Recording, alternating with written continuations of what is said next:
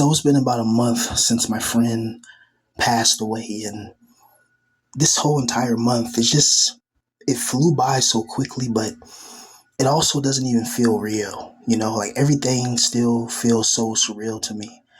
When you have somebody that you've known a very long time and somebody that you shared laughs with, you shared defeats with, you shared victories with, somebody that you had a long history with, somebody that you had a bond, like a brother.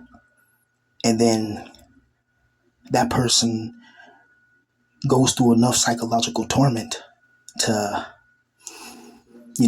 just falter to the pains of life.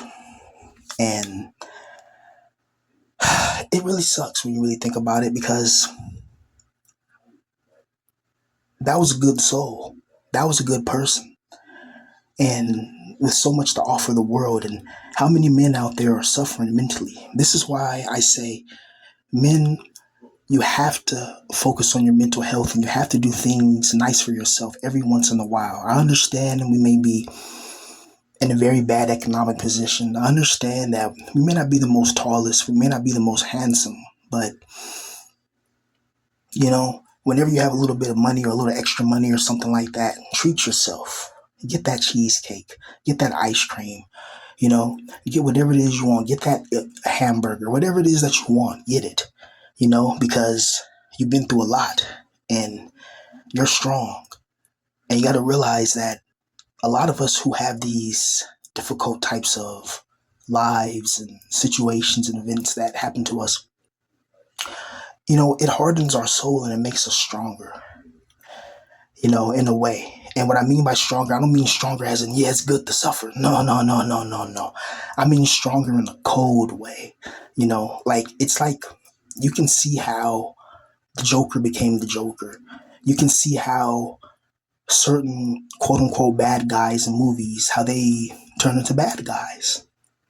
In reality, it's the society it's a society that harbors the bad guy. It's the society that's outside the bad guy. It's the society itself that it conditions the bad guy to behave bad, by constantly ostracizing him, robbing him of love and the wealth of a woman's touch and admiration, and robbing him of things that make him feel like a man, This breaks down your spirit over time, and sometimes your spirit gets broken for so long, that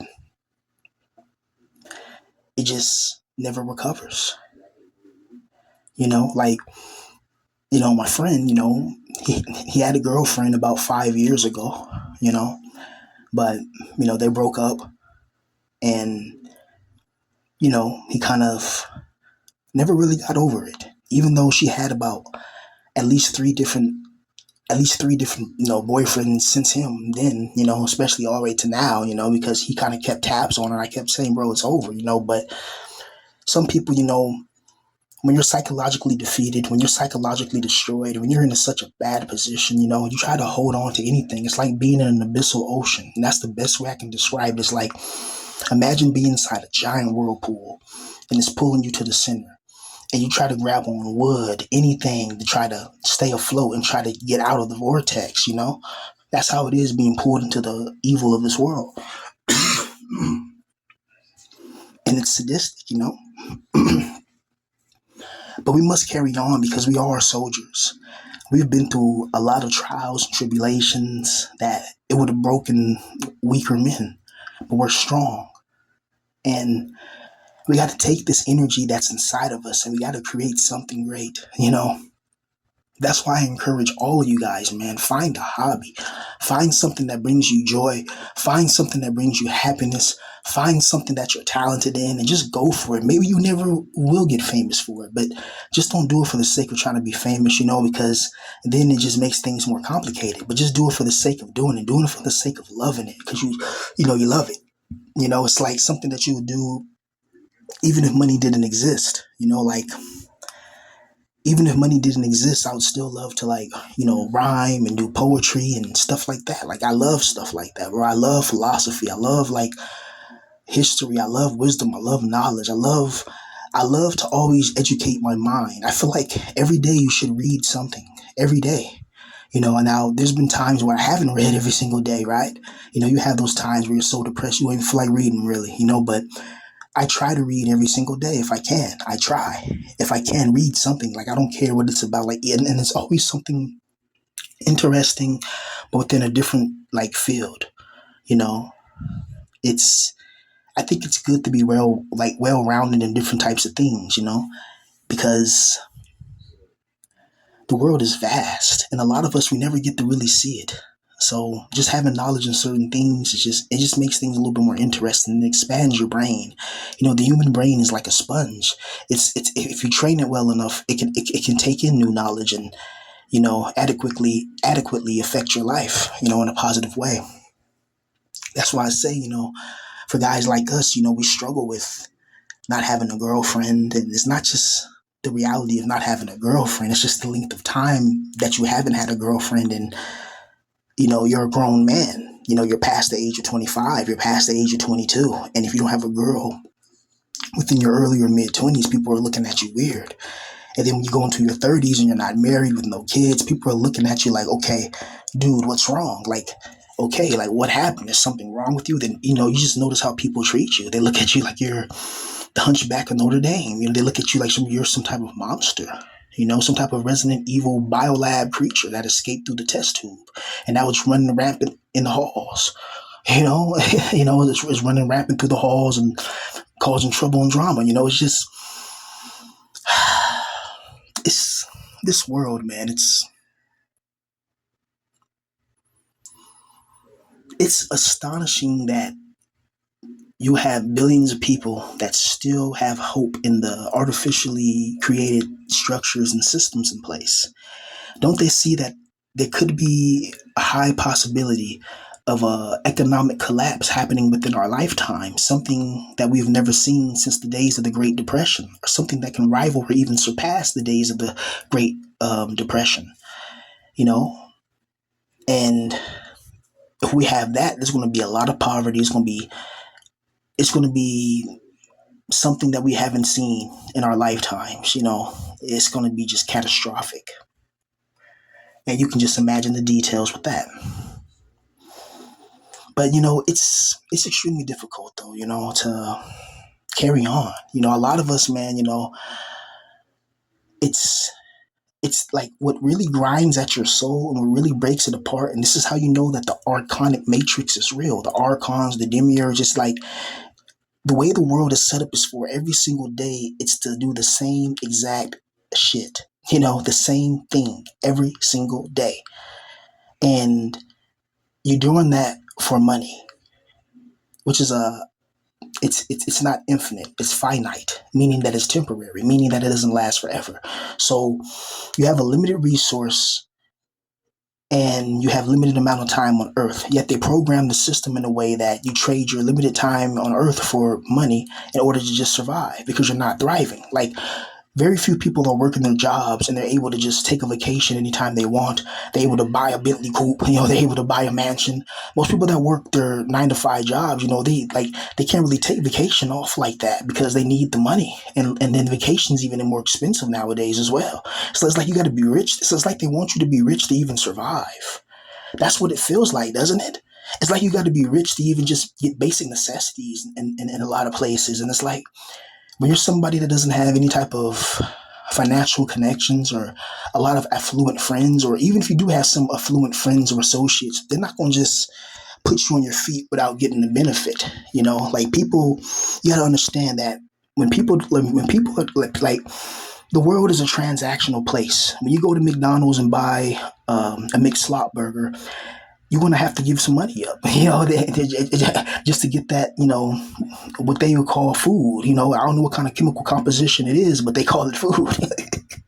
I don't know what that is, but I don't think that's food that is good for you. Anything that's bioengineered or bio modified or augmented with something is like, nah, I think not, you know, because you don't know what the hell they're putting in our food.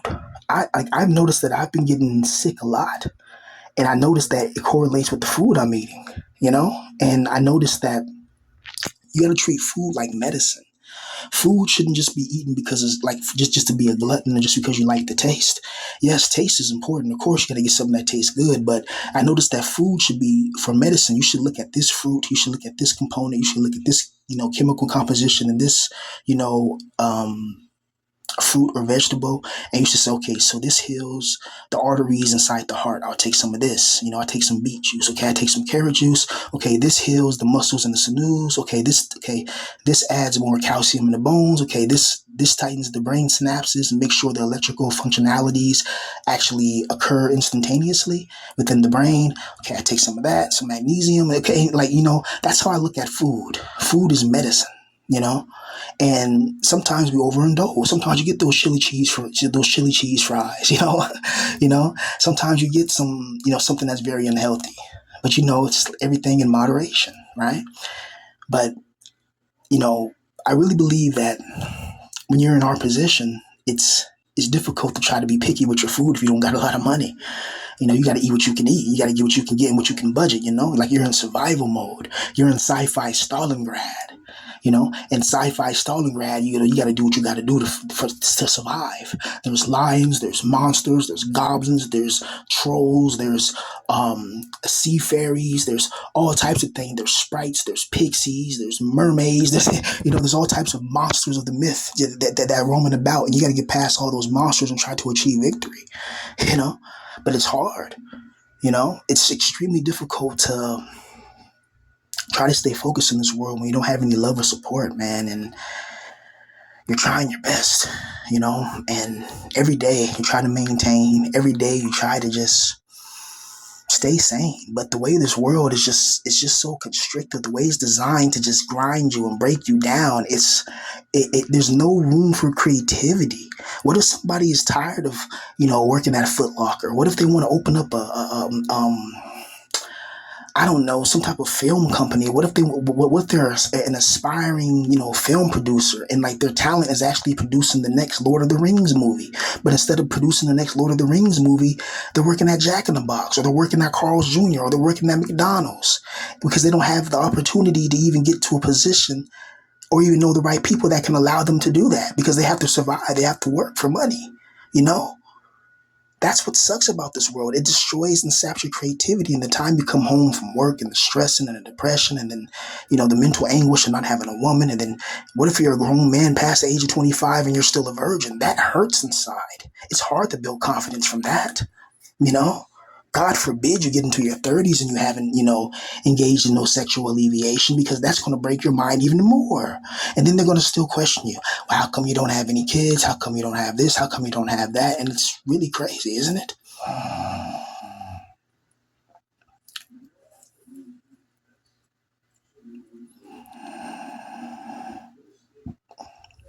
Interesting world.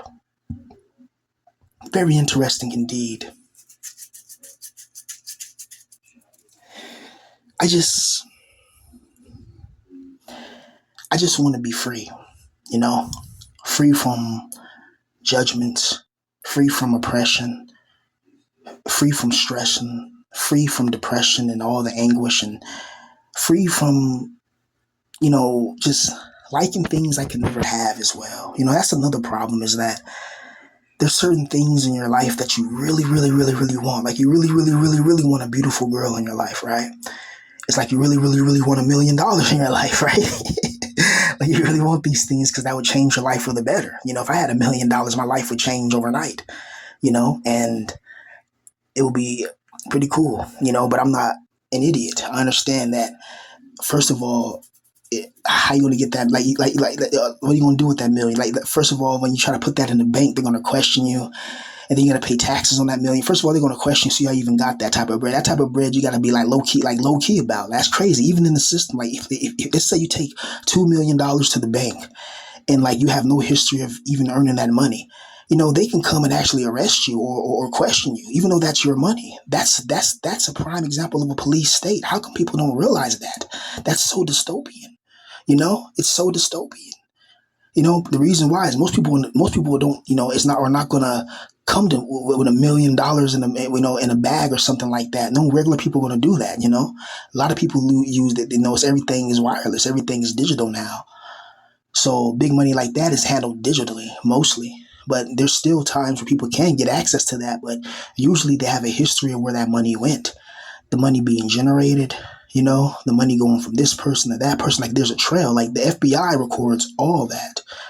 So so it's like if you do find $1 million somewhere, hey, just take it as a blessing from Sophia. That's the best way I can put it, man. But unfortunately, man, like how many of us get lucky to be in a position like that? Like, our luck. We go outside and try to search for $1 million, and it will start raining.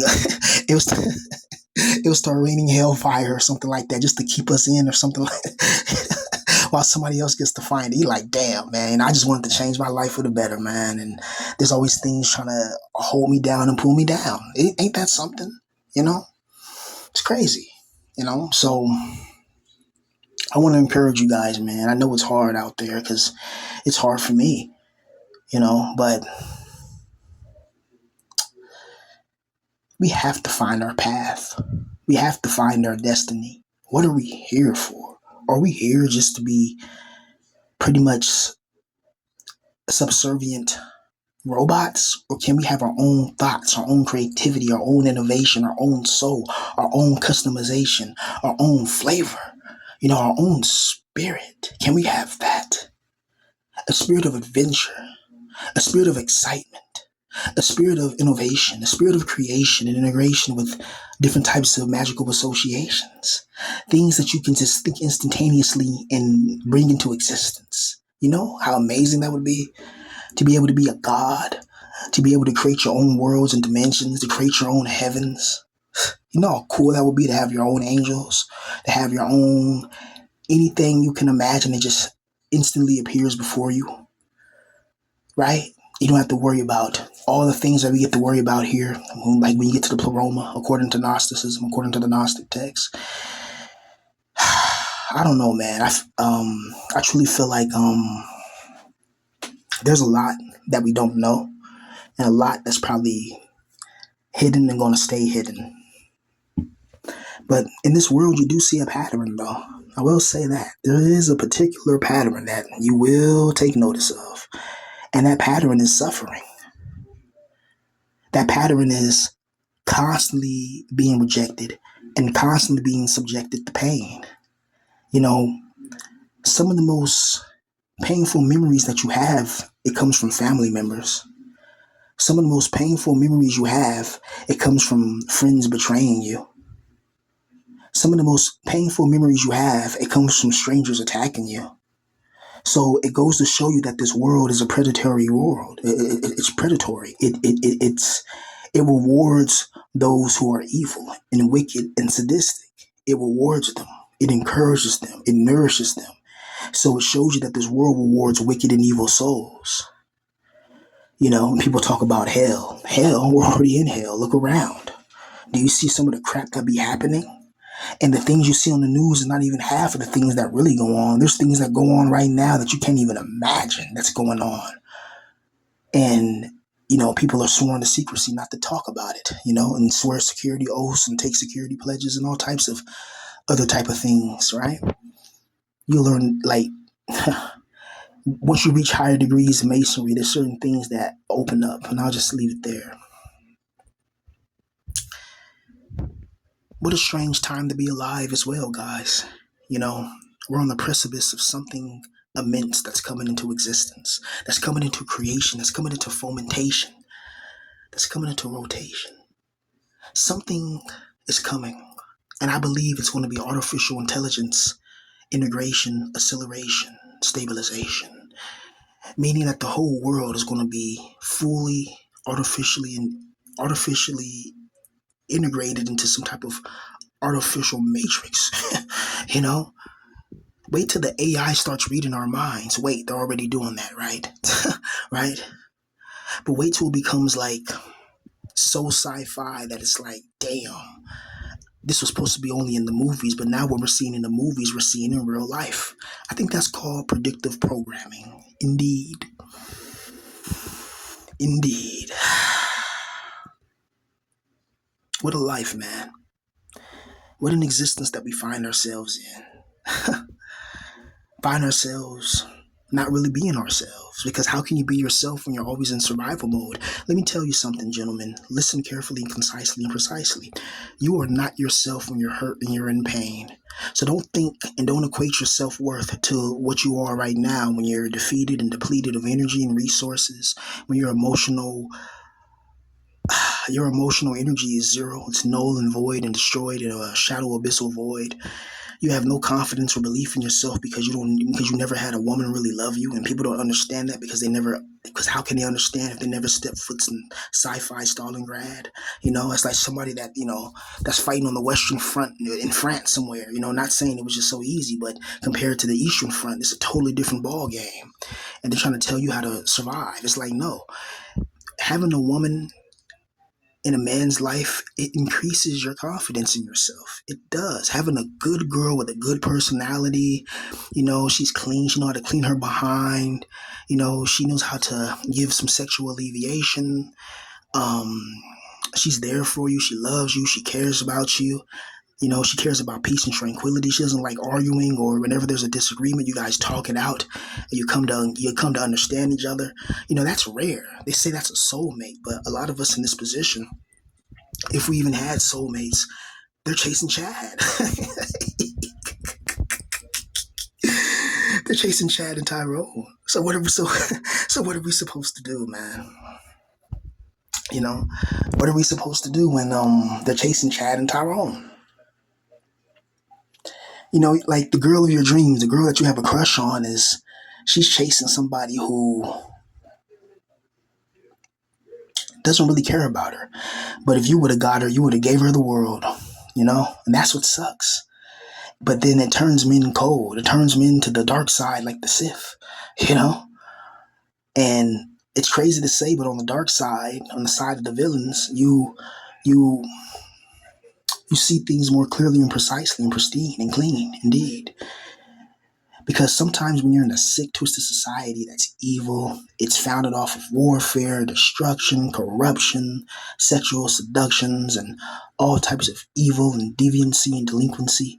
When you're in a society like this, it's it rubs off on you. You know, some of this evil rubs off on you. So this is why you got to be very careful who you hang around with. I'm very selective who's around me. I'm very selective who I give my energy to. I'm very selective who I talk to, who I speak to. I'm very selective because I have a limited time on this earth. Limited time. I'm trying to make the best life that I can for myself, even if it requires building, grinding, whatever. I'm trying to build something for myself. I'm trying to create. I'm trying to innovate. And I'm just trying to do my thing, man, and just mind my business and stay out the way. I just want to be happy. But I know being truly happy in this world is it's almost impossible if you really think about it. Being truly happy is like, damn, what would I do to really have the girl that I really wanted, have a lot of money, have my favorite Alaskan Huskies, my German Shepherds, my monitor lizard, you know, my African gray, I love talking birds, even though I know they're noisy and loud, I still love them. I love to teach I love to teach my birds like a vast vocabulary, you know, and teach it certain jargon and stuff like that, right? I don't know, man. I just feel like we guys like us, man, like we truly deserve happiness. We truly deserve some type of sexual alleviation. We deserve to have girlfriends, man, at least. If we're never going to get married or have kids, then damn, we deserve to have somebody that at least can give us a hug at night. Damn. I mean, is that asking for so much? Just to get a hug from a woman, just to get some love and appreciation, just to feel that sensation, that vibrancy, just so you can feel alive. So your soul vibrates on a frequency, And when you're with that right girl, like it connects, man. And that's why they say magic happens, Like if you see a beautiful girl, you understand instantly. Like, you know what I mean, right? Remember, humans are visual creatures. Remember that. Humans have eyes for a reason, you know? And most people like pleasant things to look at. Like people would rather look at flowers in a garden somewhere, right? Than look at, you know, a bunch of lions ripping into a zebra. You know, like one's extremely beautiful, the other one's extremely not good. You know, and it's brutal, but it's a brutal reality of our realm. We live in a sick, twisted hell realm. Point blank. Period. There's so much evidence around us that it shows this. It shows that the world that we live in, the world that we inhabit, is some type of evil simulation that creates negative stimulation to our soul's association, and it gives us these events with constant evil, just so we can loosh us, so we can produce a negative energetic manifestation or frequency called loosh. And this loosh that's generated, these beings, these archons, these things, they devour it greedily. They eat it. They use it to uphold their realms and uphold their power. We're literal soul batteries in this makeshift matrix. We're divine gods, divine beings that are trapped in the flesh. And Yaldabaoth and his angels or archons have deceived us and told us that we're nothing. But didn't Jesus say the kingdom of heaven is within you? See that? That's the Gnostic Jesus. But yet they tell you that you need to worry about some external heaven. And right now you're in some infernal, eternal hell. Look around, people. Let's wake up.